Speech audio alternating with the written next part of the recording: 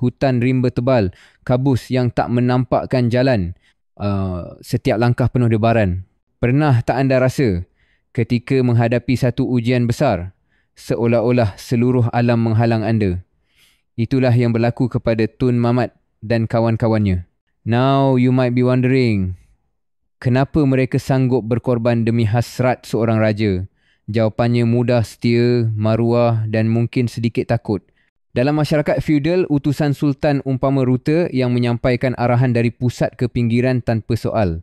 Let me tell you, setiap pengembaraan hebat pasti ada cabarannya.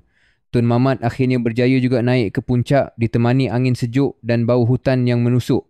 Disitulah, di antara kabus dan keheningan, muncul Puteri Gunung Ledang tidak seperti wanita biasa, tapi penuh dengan aura dan misteri. Perjalanan Tun Mamat ini membuktikan, dalam hidup, kadang-kala kita mesti menempuh jalan sukar untuk mengejar impian, walaupun pada akhirnya, hasilnya belum tentu seperti yang diharapkan.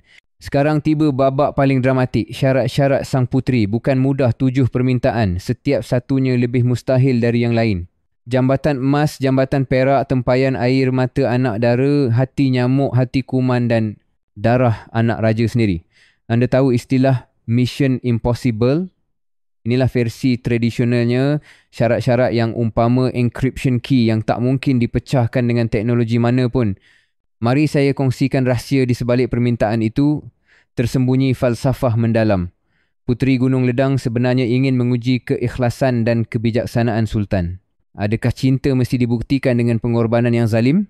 Atau adakah cinta sebenar tidak meminta sesuatu yang mustahil? Now, you might be asking kenapa permintaan itu begitu rumit. Jawapannya, setiap syarat adalah metafora jambatan emas dan perak, simbol kekayaan melampau